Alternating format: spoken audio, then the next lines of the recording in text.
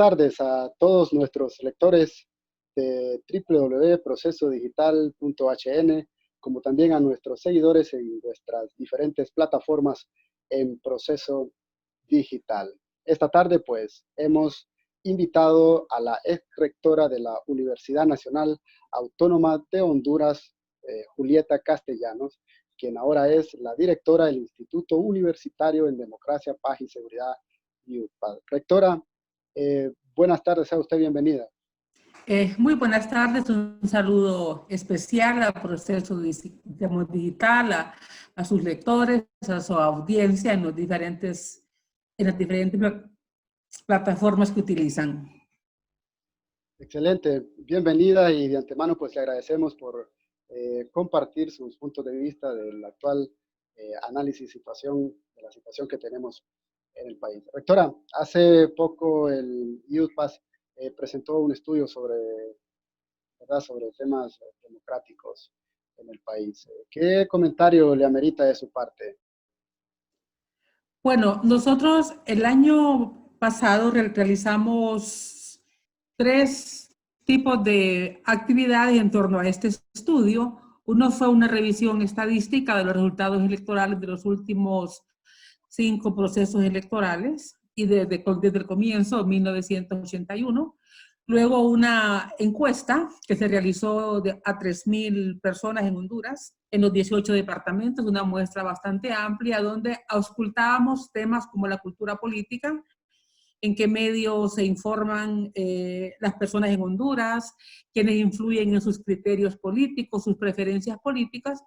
Y lo último fue unas entrevistas que realizamos, las comenzamos a hacer en el mes de noviembre y las terminamos precisamente la semana que nos confinaron con la pandemia. Ese lunes y martes previo al confinamiento, viajamos al sur a hacer las últimas entrevistas y se incluyó a diputados, exdiputados, candidatos a diputados que habían perdido y alcaldes.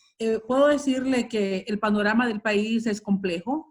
Una de las cosas que sigue saliendo muy reiteradamente es que no se cree en las instituciones. Y aún con todo eso, la ciudadanía sigue pensando que la democracia, pese a todos sus problemas, es la mejor forma de gobierno, pero hay un alto porcentaje de insatisfacción con la democracia. Y eso que hicimos la encuesta y las entrevistas antes de la pandemia, esta insatisfacción es de todos los sectores, pero específicamente de la franja joven de la población. Y creemos que probablemente en tiempos de la pandemia esto se va a poner mucho más crítico por el manejo del conflicto, por el manejo de la crisis, como se ha hecho, por las denuncias de corrupción, por las carencias del sistema de salud, por las prácticas que estamos viendo, digamos, autoritarias y centralizadoras, digamos, de poder. Así que y toda esta complejidad de un año ya preelectoral, ya estamos viendo un poco digamos, la crispación, las dudas sobre si el proceso electoral va a estar a tiempo, la nueva tarjeta de identidad, digamos, el nuevo censo. Así que Honduras tiene un problema de gobernabilidad que es permanente, que se crispó mucho con el golpe de Estado en el 2009, pero que ha continuado muchísimo con la no aceptación de los resultados electorales, con la crisis de legitimidad, con la reelección presidencial. Entonces, creo que todos estos elementos se han ido sumando, los contextos de violencia política inclusive. Entonces, a ver este año y estas elecciones en este contexto de pandemia, cómo se procesa. Un panorama poco difícil visualiza entonces de cara a las próximas elecciones. Sí, digamos, obviamente tenemos un panorama complejo porque creo que la crisis sanitaria que estamos viviendo, ahora estamos en las peores semanas. Estamos teniendo unos resultados de la prueba PCR entre el 35 y el 45 de las personas que someten a la prueba. El sistema hospitalario tiene más de 600 hospitalizados y casi 300 personas que están entre graves y en cuidados intensivos. Entonces, ese panorama complejo se va a ver reflejado muchísimo en las familias y también el tema económico que va a golpear muchísimo la economía y a la familia.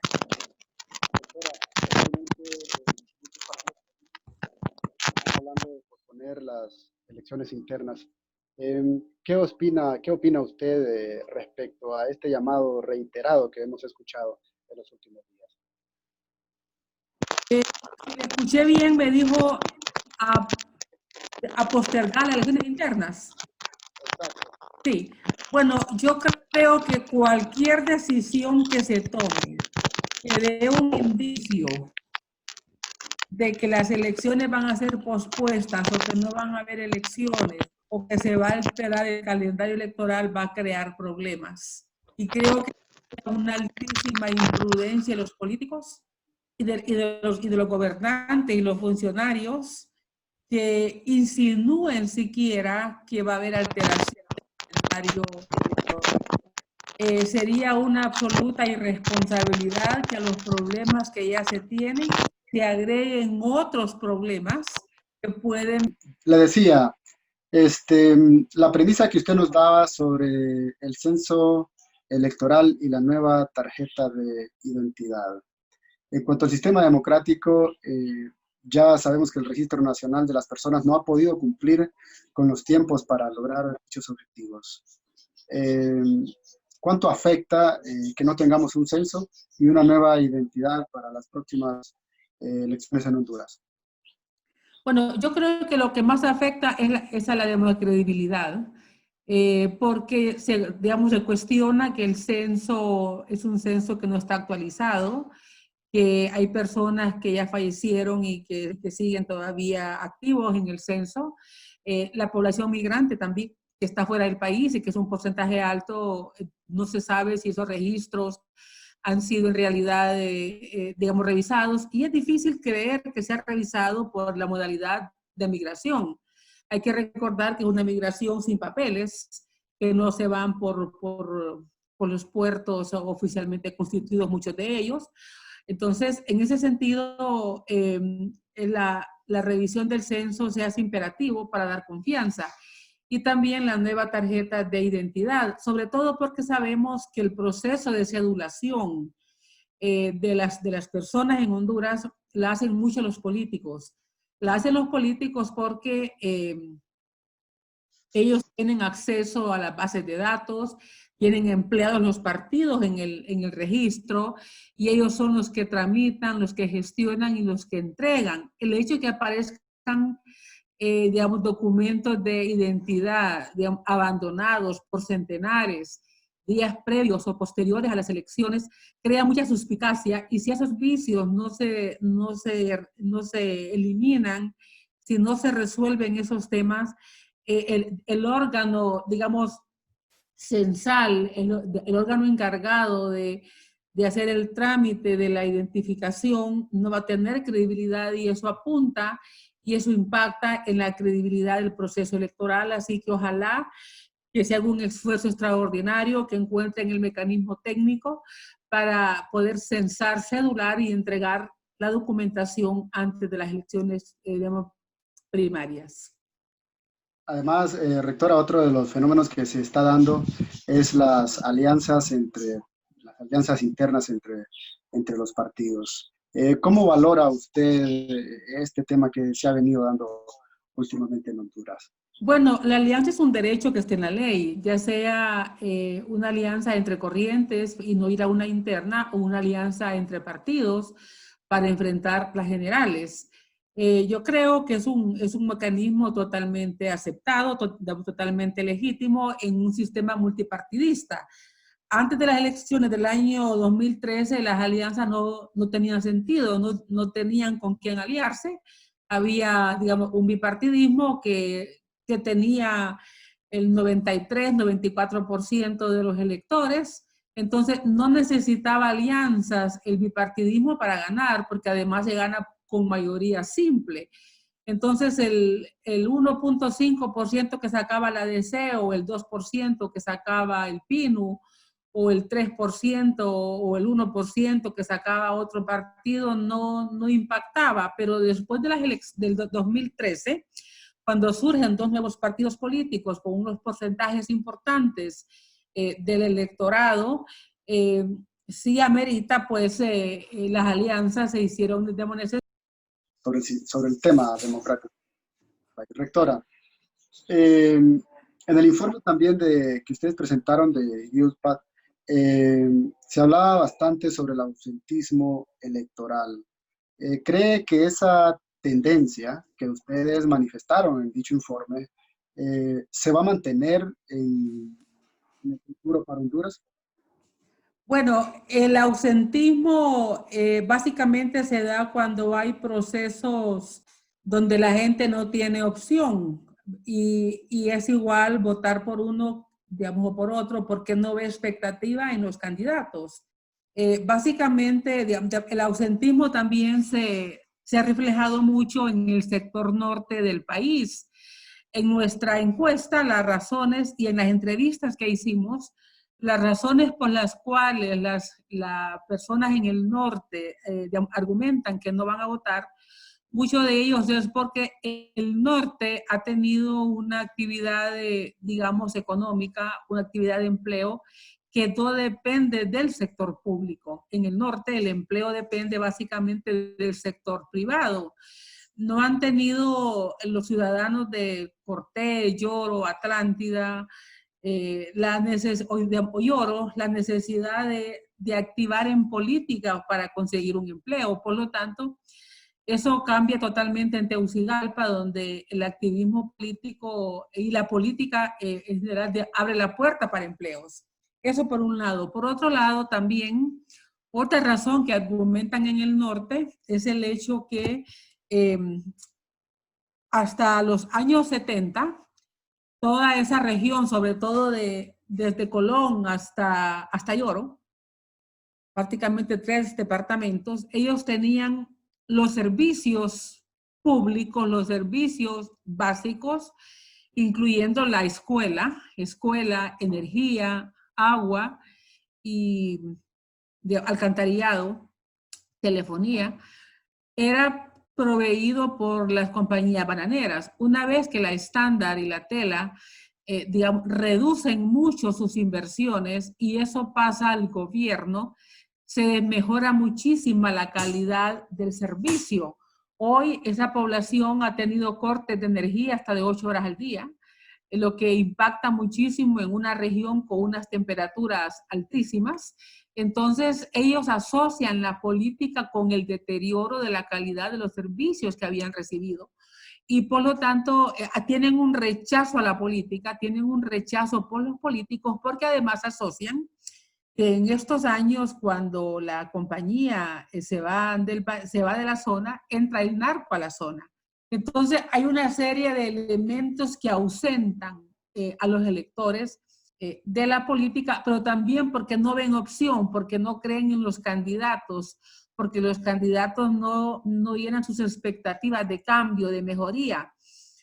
Para el 2021, si estas condiciones se mantienen, si los candidatos son los mismos, que no generan expectativas, si los candidatos están vinculados a la corrupción, si los candidatos están señalados de narcotráfico, si los candidatos ya han estado en el poder y no hicieron, y no hubo cambios significativos, creo que probablemente no haya estímulo, pero es probable que si hubiesen candidatos o candidatas que generaran expectativa, esperanza, que digamos, quisieran una propuesta importante y si hubiera una amenaza de otro candidato, digamos, corrupto, conservador o en narcotráfico, probablemente eso motive a digamos, a los ciudadanos.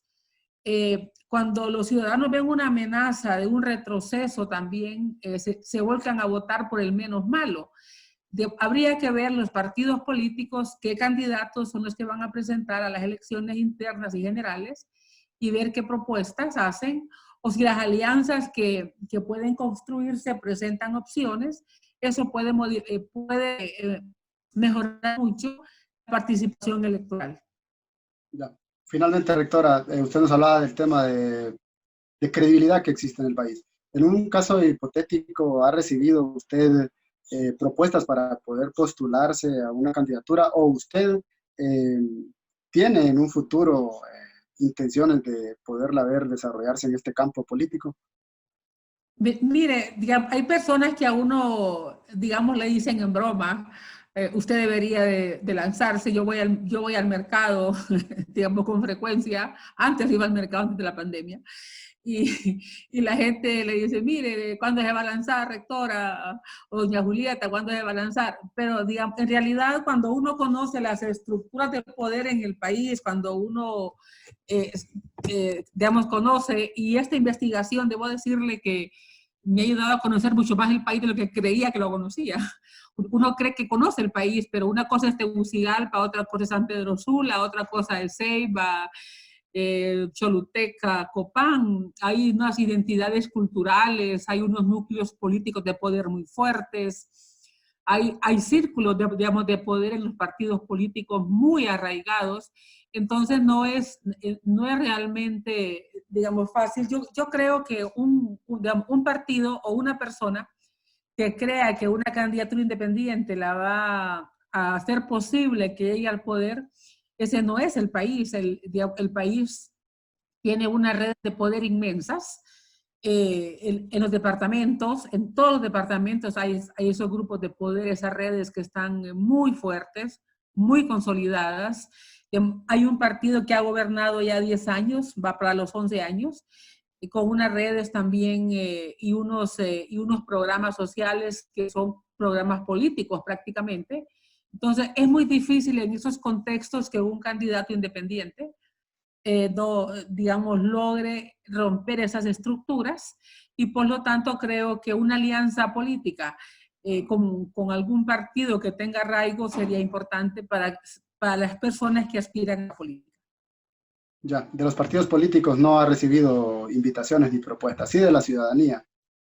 Sí, las personas que creen que es fácil entrar a la política, que uno le ve la buena intención, pero en mi criterio los entramados de poder no están tan visibles, ni las formas tampoco como el poder se pone en práctica, entonces no es realmente un tema fácil, no es un tema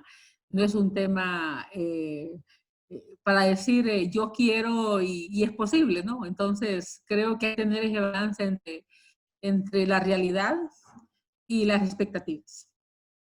Excelente, rectora, le agradezco por haber conversado con nosotros. Bueno, muy buenas tardes, saludos y éxito. Hemos Bueno, conversado con hasta luego. la Universidad Nacional Autónoma de Honduras, Julieta Castellanos, actual directora del Instituto Universitario de Democracia, Paz y Seguridad, IUPAD, de la Universidad Nacional Autónoma de Honduras. Ha sido un gusto poder conversar con ella. Esperemos encontrarnos en las futuras entrevistas. A todos los seguidores de Proceso Digital les invitamos a que visiten la página www.procesodigital.hn y por supuesto sus redes sociales, Instagram, Facebook, Twitter y YouTube.